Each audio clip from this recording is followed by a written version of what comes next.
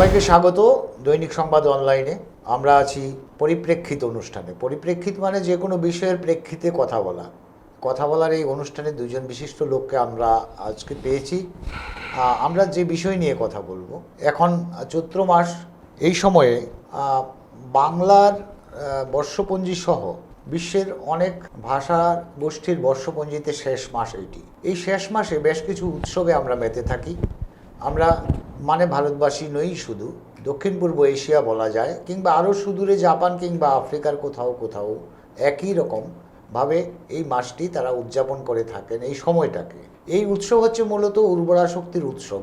বাংলায় আমরা গাজন বলি, আমাদের চড়ক আছে, আমাদের রাজ্যের অন্য লোকাচারে আছে গড়িয়া, বিজু, বিহু, আরও অনেক কিছু। আজ আমরা এই অনুষ্ঠানে চৈত্রের শেষের এই উৎসব পরম্পরাগুলি নিয়ে কথা বলবো। আমাদের সঙ্গে পেয়েছি, আমার ডান দিকে আছেন নির্মল দাস, তিনি ত্রিপুরা বিশ্ববিদ্যালয়ের প্রাক্তন অধ্যাপক এবং রাজ্যের লোকাচার, লোকজ শিল্প বা লোকজ যে আচার, সেগুলি নিয়ে তার অজস্র লেখা এবং গবেষণা। আমরা তার কাছ থেকে এগুলি শুনব। আমার বাঁ পাশে আছেন বিকাশ রায় দেববর্মা, তিনি ককবরক সাহিত্যের বিশিষ্ট লেখক, ককবরক শিশু সাহিত্যের লেখক। তিনি গীতিকার, সঙ্গীতকার এবং ভাষা নিয়েও কাজ তার আছে অনেক। তার বেশি পরিচয় আমার করানোর দরকার নেই। তার কাছ থেকেও শুনবো গড়িয়া, বিজু সহ আমাদের উপজাতি অন্যান্য সম্প্রদায়ের এই সময়কার যে উৎসবগুলি আছে সেই সম্পর্কে বিস্তারিত। আমি প্রথমে নির্মলবাবুর কাছে আসছি। আমরা যে চড়ক দেখে আসছি এবং তার সঙ্গে গাজন, এই বিষয়গুলি নিয়ে আপনি একটু যদি বলেন। ধন্যবাদ শীতাংশুবাবুকে।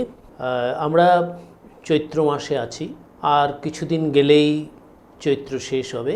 এই সময়টায় বাংলায় গাজক ও চড়ক একেবারে চৈত্রের শেষ দিনে আমরা দেখব চড়কের ঘূর্ণন, আর তার প্রস্তুতি শুরু হয়ে গেছে এখন থেকেই। যারা চড়ক গাজনে অংশগ্রহণ করে তারা একেবারেই লোকায়ত শ্রেণীর মানুষ, নিম্নবর্গীয় ব্রাত্য জনগোষ্ঠী। ব্রাহ্মণ্য ধর্মধারার সঙ্গে চড়ক গাজনের সম্পর্ক প্রায় নেই। যারা চড়কে অংশগ্রহণ করে তারা বহু আগে থেকেই মানত করে রাখে এবং সেই মানতের অঙ্গ হিসেবে এরা মাথায় বানপাট নেয়, লোকের বাড়ি বাড়ি যায় এবং সেখান থেকে তারা ভিক্ষা সংগ্রহ করে। আর যারা বানপাট নিচ্ছে তাদের সঙ্গে ঢাকি থাকে, ঢাক বাজায় এবং শিব গৌরী সেজে আরও কয়েকটা কিশোর কিশোরী নৃত্য করে। এটা চড়ক পূজারই অংশ। আর যারা ঢাকি, এরা ঢাকের গান গায়, তাদের মুখে শিব গৌরী কেন্দ্রিক গান, শিবের ঘর গেরস্থালি, শিবের সংসার ইত্যাদি ইত্যাদি।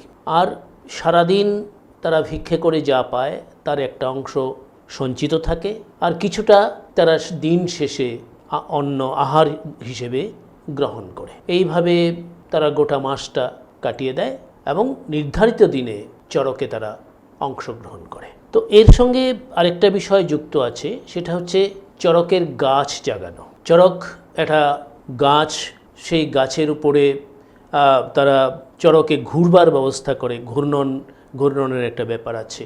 একই সঙ্গে এই গাছটা দীর্ঘদিন পুকুরের জলে ডুবানো থাকে।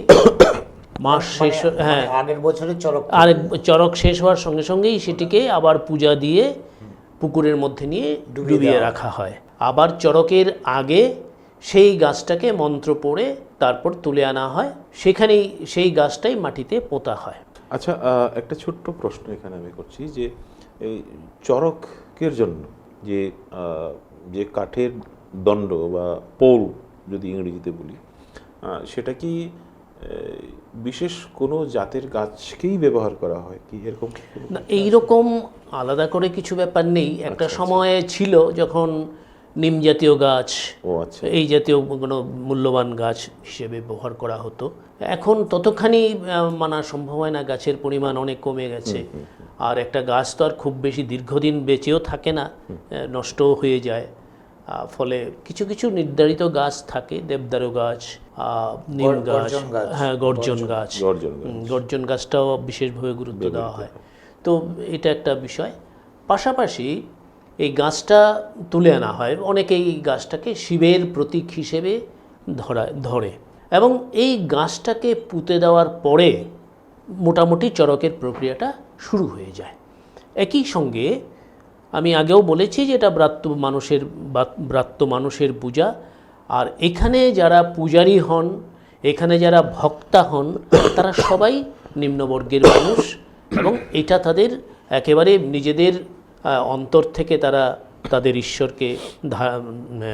ঈশ্বরকে আরাধনা করেন, ডাকেন, ঈশ্বরের উদ্দেশ্যে তারা তাদের নিজেদের নিবেদন করেন।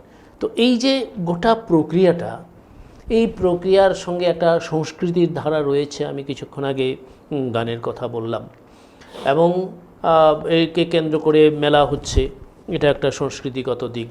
আবার পাশাপাশি এখানে একটা মন্ত্রতন্ত্রের যে একটা ব্যাপার আছে, এই মন্ত্রতন্ত্রটা এর সঙ্গে গভীরভাবে সম্পর্কিত এবং আজকেও বিজ্ঞানের এই চরম সভ্যতার দিনে দাঁড়িয়েও, চরম উন্নতির দিনে দাঁড়িয়েও এই যে গ্রামীণ মানুষেরা বিশ্বাস করেন যে মন্ত্রের জোরে এই গাছ জলে ভেসে ওঠে, মন্ত্রের জোরে এই গাছকে মানুষেরা টেনে নিয়ে এনে গর্তে বসায় এবং যারা চড়কের পূজারী হন তাদের মন্ত্রের জোরে আকাশ সেদিন বৃষ্টি হয় না, তাদের মন্ত্রের জোরে মানুষের পিঠে বড়শি বেঁধালেও সে বড়শিতে কোনো আহত হয় না, ব্যথা পায় না। আবার সেই মন্ত্রের কারণেই গর্তের মধ্যে মানুষ ঢুকে যায়, মন্ত্রের কারণেই আগুনের উপর দিয়ে হেঁটে আসে, দায়ের উপর শুয়ে পড়ে ইত্যাদি। তন্ত্রের ব্যাপারটা নিয়ে আমরা আবার আসছি। আমি এর আগে একটু বিকাশদার সঙ্গে জানতে চাই যে পাহাড়ে এখন যে খামের তালে যে নৃত্য শুরু হতে যাচ্ছে এবং তার যে প্রস্তুতি এই মুহূর্তে, তো গড়িয়া এবং বিজু এগুলি ছাড়াও আরো অন্য সম্প্রদায়গতভাবে আরো অনেকগুলি উৎসব রয়েছে এই সময়ে হয়, সেই সম্পর্কেও আপনি আমাদেরকে। আমাদের ত্রিপুরাতে গড়িয়াটা আরেকটু পরে আসছে। হ্যাঁ, গড়িয়াটা আরেকটু পরে আসে, বছর মানে বৈশাখ মাসে পড়ে।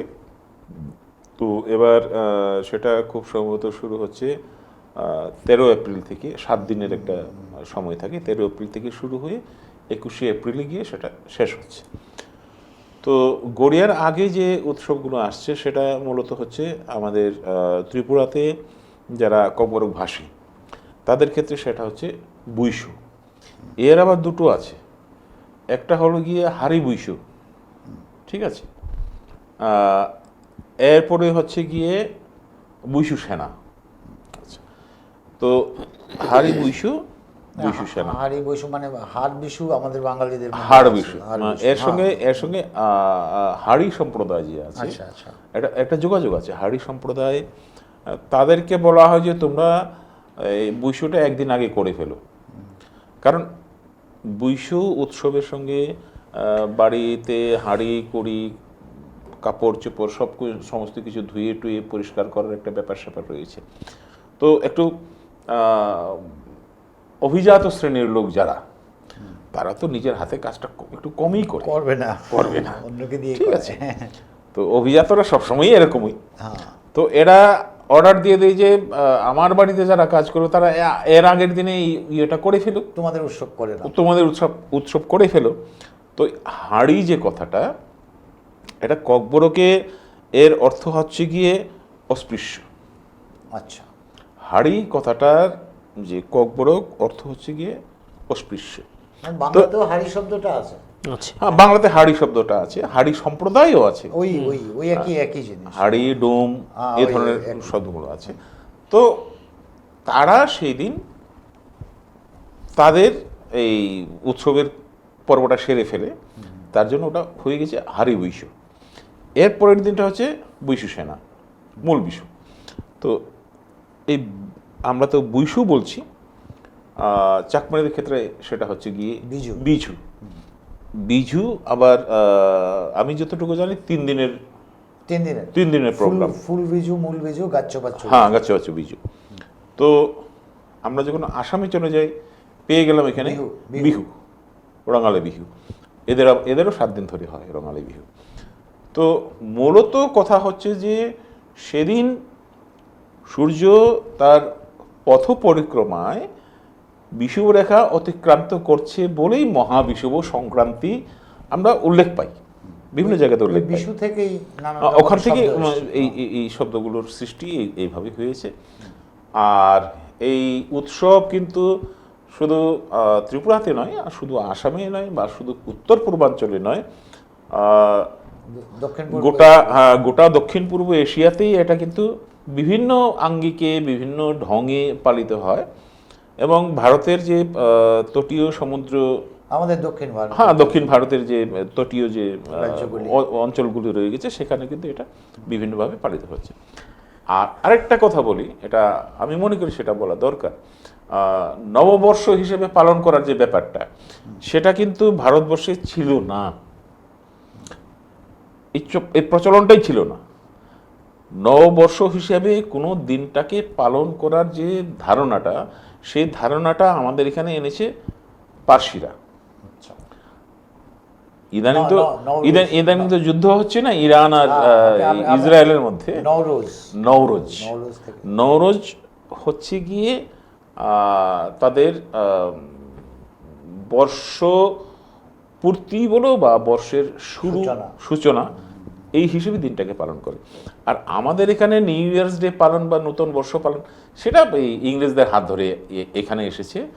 এরপরে এরা তো নিউ ইয়ার্স ডে পালন করে, তো নববর্ষ বলে একটা বস্তু, সেটা পালন করার মতো একটা বস্তু, এই ধারণাটা আমাদের কাছে পড়ে এসেছে। যাই হোক, এখন তো খুব জনপ্রিয়।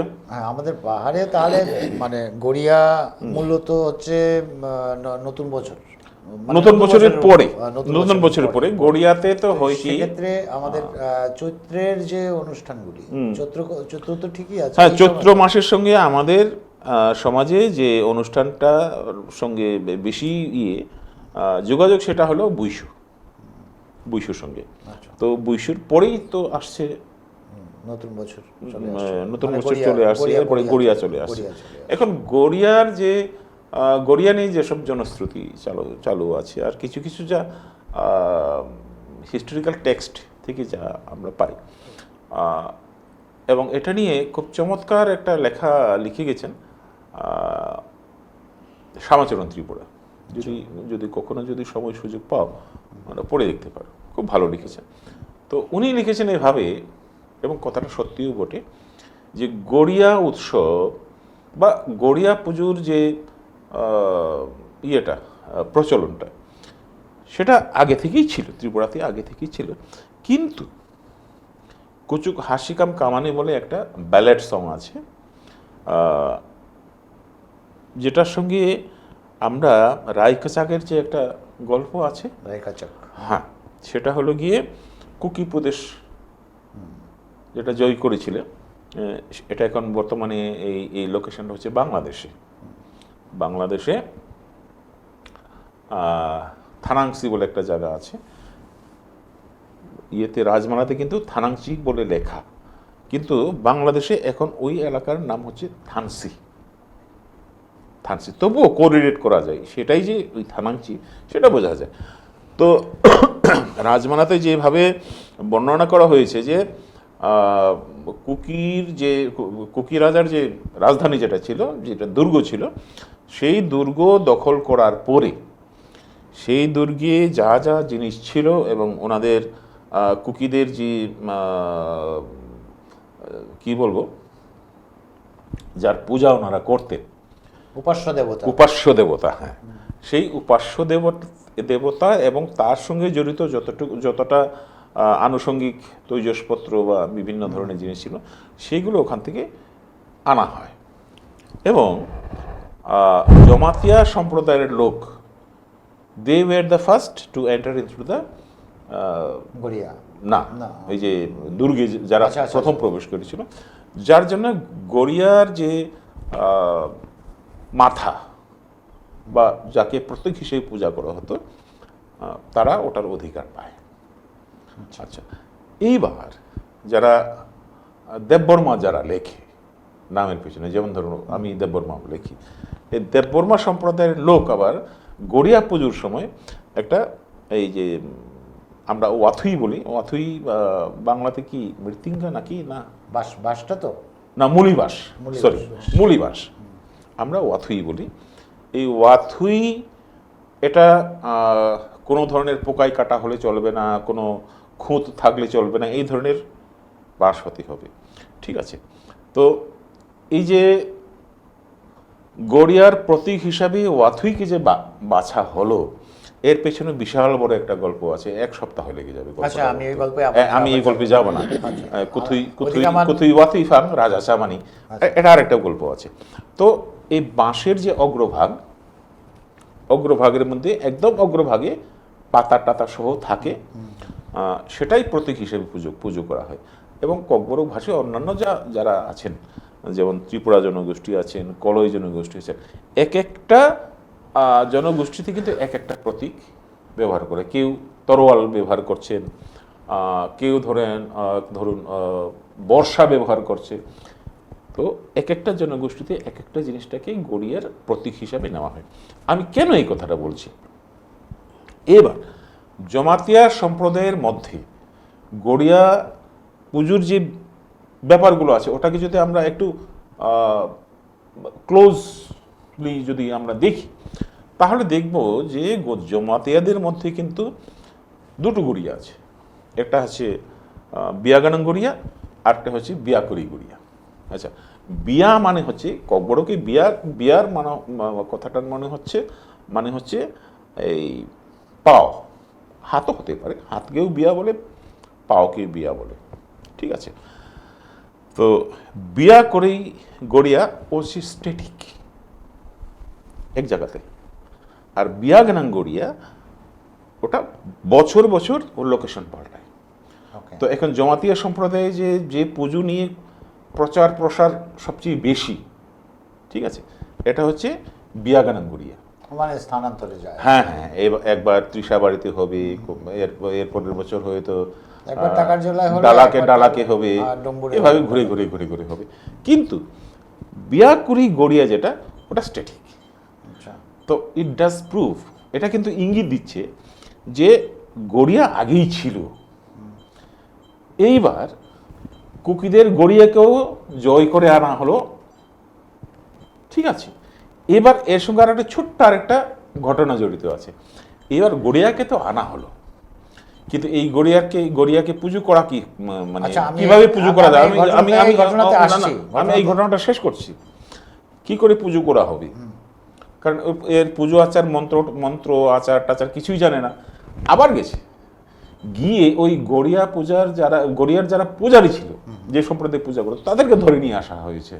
ঠিক আছে, এবং now they have been inducted in the চমতাই।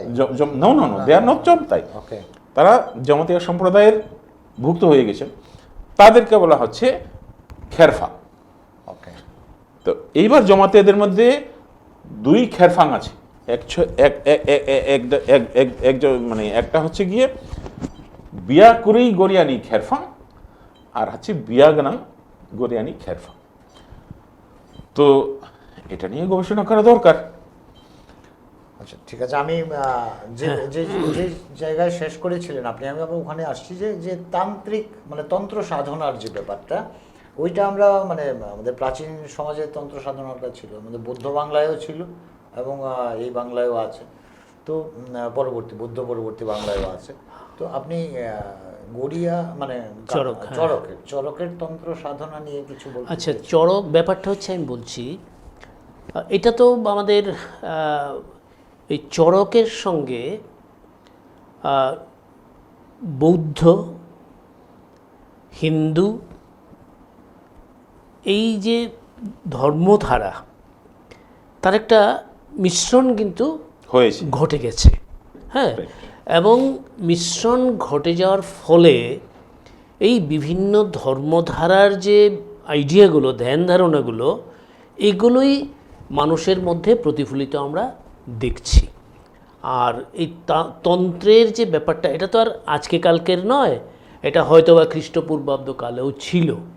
তো ফলে মানুষ এটাকে অ্যাকসেপ্ট করেছে। আর তন্ত্র, তার মধ্য দিয়ে একটা অতিরিক্ত শক্তি পেয়ে যাওয়া এবং এই শক্তিটাকে মানুষের জীবনে প্রতিফলন ঘটানো, এই যে বিশ্বাস, এই ধ্যান ধারণাটুকু, এটা আমরা একেবারে প্রজন্ম পরম্পরায় কিন্তু বহন করে আসছে। মাতৃ সাধনা এবং আমাদের মধ্যে বেশি। এবং এই কি চড়ক এবং গাজন এর মধ্যেও ঠিক এই ভাবনাটা কিন্তু একেবারে পূর্ণমাত্রায় রয়ে গেছে।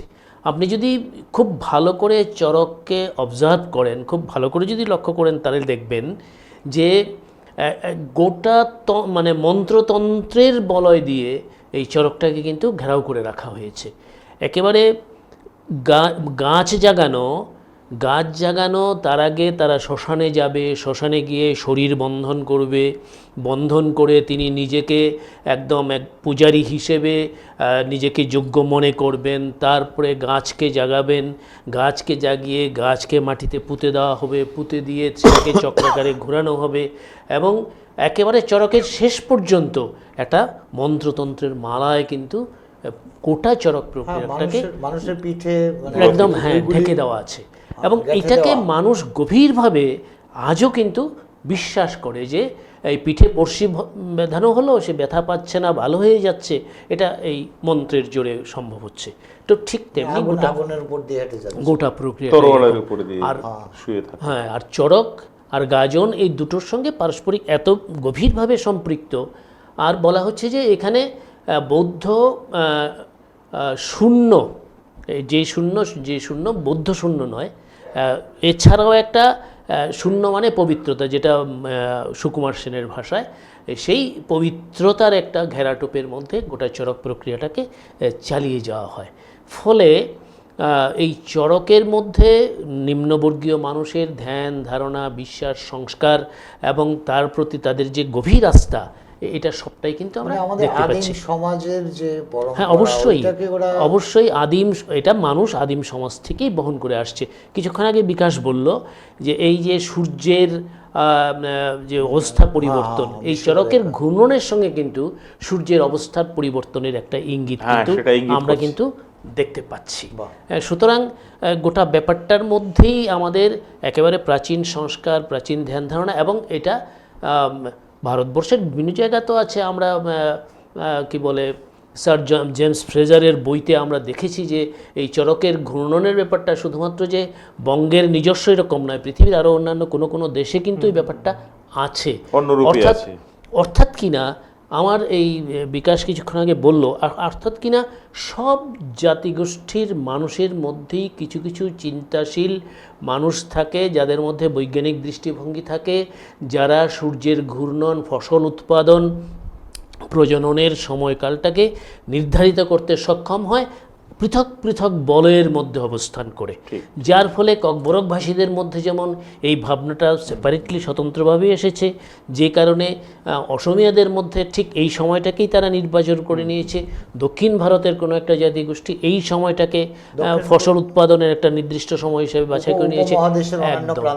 একদম অর্থাৎ কিনা বীজ বপন, একদম এই ভাবনাটা গোটা দেশ জুড়ে, গোটা পৃথিবী জুড়ে এই সূর্যের পরিক্রমাকে পর্যবেক্ষণ করা, কখন ফসল বীজ বপন করলে পরে ফসল উৎপাদিত হবে তাকে পর্যবেক্ষণ করা, এই বিষয়টা। পাশাপাশি কিছু কিছু ধর্মধারা এখানে যুক্ত আছে। যেমন ধরুন গাছটাকে শিবের প্রতীক হিসেবে মান্যতা দেওয়া হচ্ছে, আর মাটি, ধরণী, ধরিত্রী, তাকে দুর্গা হিসেবে বা ধরুন পার্বতী হিসেবে তাকে প্রাধান্য দেওয়া হচ্ছে। অর্থাৎ এখানে কি আমরা একটা প্রজনন ভাবনাকে লক্ষ্য করছি না? অর্থাৎ ফার্টিলিটি অ্যান্ড রিপ্রোডাকশান এই দুটোই ঠিক এই চড়ক এবং গাজনের সঙ্গে গভীরভাবে রিলেটেড। এই ভাবনাটা আমাদের মাথায় রাখতে হবে। আমি বিকাশদার কাছে যাওয়ার আগে মানে যেতে গিয়েও পারছি না, একটা বিষয়ে জানতে লোভ হচ্ছে আমার।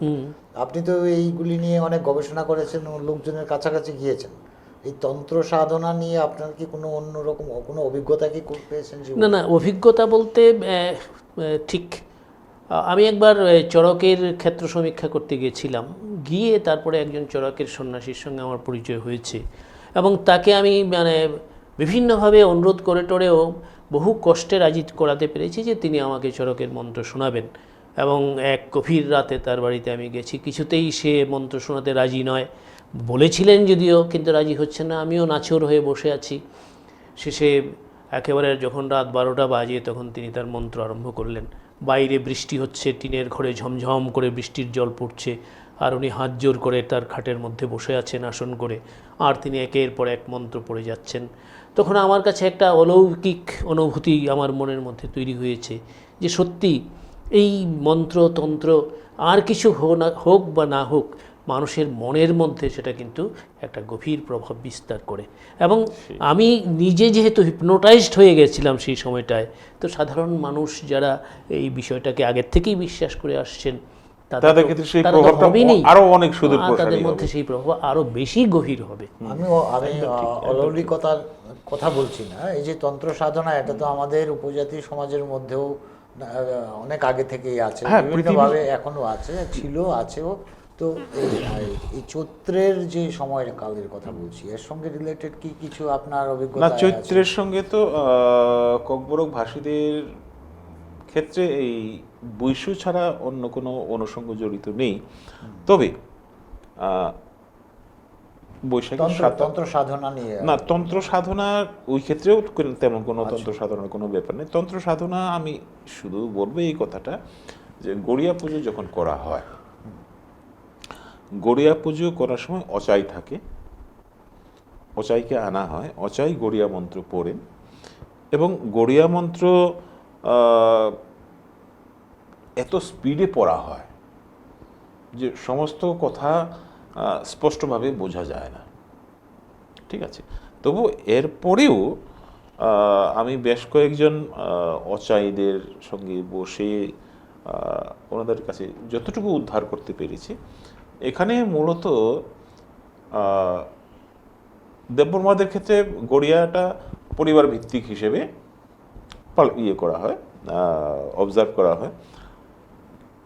জমাতিদের ক্ষেত্রে সেটা কিন্তু সম্প্রদায় ভিত্তিক হিসেবে অবজার্ভ করা হয়। তো এখানে হয় কি, আমি দেববর্মাদের ক্ষেত্রে যেটা হয় সেটা নিয়ে আমি বলবো। এই পুজোর সময় কিন্তু অচায় যে মন্ত্রগুলো পড়েন, যে মন্ত্রোচ্চারণ করেন, সেটার মধ্যে মূলত থাকে যে এই পরিবারের উপরে যত ধরনের বিষ নজর আছে, অশুভ যা কিছু আছে সমস্ত দূর হয়ে যাক, আগামী যে দিনগুলো আসছে সেই দিনগুলো যাতে ভালো হয়, তাদের খাওয়া খাদ্যের যাতে কোনো অভাব না থাকে, মূলত এই ধরনের কথাগুলোই থাকে। তো এরপরে আসছে উৎসবের কথাটা। গড়িয়া উৎসব মূলত আনন্দ উৎসব, আর এর সঙ্গে একটা জড়িত আছে যে গড়িয়া রাজা সেঙ্গালো, কিন্তু অ্যাকচুয়ালি কথাটা কিন্তু সেঙ্গালো না, এটা এটা এটা বিকৃত রূপ ধারণ করে এটা সেঙ্গালো হয়েছে। এটা সেঙ্গিয়ারক। সেঙ্গিয়ারক মানে, সেঙ্গিয়া মানে হচ্ছে কি যোদ্ধা বা সেনানী, আর রক মানে হচ্ছে প্লুরাল। সেঙ্গিয়ারক, সেঙ্গিয়া মানে সেং মানে হচ্ছে তলোয়ার, মানে যে তলোয়ার ধরছে ও হচ্ছে সেঙ্গিয়া। তো কারা তলোয়ার ধরে? যোদ্ধা যারা, সৈনিক যারা, তারাই তলোয়ার ধরে। গড়িয়ানি সেঙ্গিয়ালক, সেঙ্গিয়ারক, ওটাই লোকমুখে এটা একজন শুনছি আরেকজন বলছে, এভাবে বলতে বলতে এটা সেঙ্গালো হয়ে গেছে। আসলে কথাটা কিন্তু সেঙ্গিয়ারক। সে যাই হোক, আমি বলেছিলাম যে ধন্যমাণিকের আমলে একটা হয়েছিল, একটা এক্সপিডিশন হয়েছিল। সাদা হাতি, কুকি রাজার দেশে সাদা হাতি পাওয়া গেছে। এই সাদা হাতি প্রথমে কাছারি রাজা দাবি করেছিল, কিন্তু কুকি রাজা দেয়নি। তারপরে কাছারি রাজা ত্রিপুরা রাজার কাছে, মানে ধন্যমাণিকের কাছে চিঠি পাঠিয়েছেন যে এরকম এরকম ব্যাপার, এই হাতিটা যে করেই হোক উদ্ধার করে আমাকে পাঠানোর ব্যবস্থা করা হোক। তো ধন্যমাণিকের সবচেয়ে মানে ভরসা করার মতো যিনি সেনাপতি ছিলেন উনি ছিলেন রায়কাচাক। তো রায়কাচাককে পাঠানো হলো, যাও তুমি গিয়ে ওটা নিয়ে এসো। তো ওখানে যুদ্ধ হয়েছে। যুদ্ধ হওয়ার পরে কুকি রাজাকে পরাজিত করে ওর দুর্গ দখল করা হলো। দুর্গ দখল করার সময় কুকি রাজার যে উপাস্য দেবতা ছিল সেটাও গড়িয়া রাজা ছিল। তো জমাতেরা প্রথমে ঢুকেছে ওখানে, তারা গড়িয়ার মধ্যটা পেল, সেটা একটু বলেছি। তো এভাবেই গড়িয়াটা এখানে এসে গেছে। আমাদের এখানে গড়িয়া পুজো আগেও ছিল, এবং আমি এই মুহূর্তে বইটার নাম মনে করতে পারছি না, যে এই গড়িয়া পূজার যে অনুষঙ্গগুলা আছে, এই অনুষঙ্গগুলার সঙ্গে নাকি সান্তাল পরগনাতে ধর্ম পূজার যে অনুষঙ্গ, এর মধ্যে নাকি একটা মিল আছে। কিন্তু আপনি আপনি সাঁওতাল বলায় আমার মনে পড়েছে বিষয়টা, যে একটা জিনিস কি, আমাদের যে পুরনো যে নৃত্যশৈলী, নির্মলদা আমার চেয়ে ভালো বুঝতে পারবেন, নৃত্যশৈলী যে গোল হয়ে ঘুরে ঘুরে যে নৃত্য, নাচার এটা আমাদের গড়িয়াই বলুন, সাঁওতালদের নাচই বলুন, কিংবা আমাদের সিলেটের যে ধামাইলি, সবখানে কিন্তু একই রকম। এবং এই বিষয়টা নাকি আসছে আমাদের সেই পশুপালন সমাজ থেকে, মানে বা শিকার থেকে। শিকারের পর আমরা এইভাবে ঘুরে ঘুরে নাচটা শুরু হয়েছে চক্রাকারে। তো আমাদের সময় খুব সংক্ষিপ্ত, নাহলে আমরা অনেকটা জায়গা প্রদক্ষিণ করলাম, বিজ্ঞান, ইতিহাস, লোককথা, কিছু সব কিছু মিলিয়ে, এবং আমাদের যে পরম্পরা, একটা সুন্দর আলোচনা হলো। আপনাদেরকে দুজনকেই আবার ধন্যবাদ জানাই, এবং ভবিষ্যতে আপনাদেরকে পাশে পাবো এরকম একটা প্রত্যাশা নিয়ে আমরা পাঠকদের কাছ থেকে আজকে বিদায় নিচ্ছি। সবাইকে ধন্যবাদ। আপনারা থাকবেন, আপনারা দেখবেন এই অনুষ্ঠান, দৈনিক সংবাদ অনলাইনের অনুষ্ঠান। এটা শুধু নামই যথেষ্ট।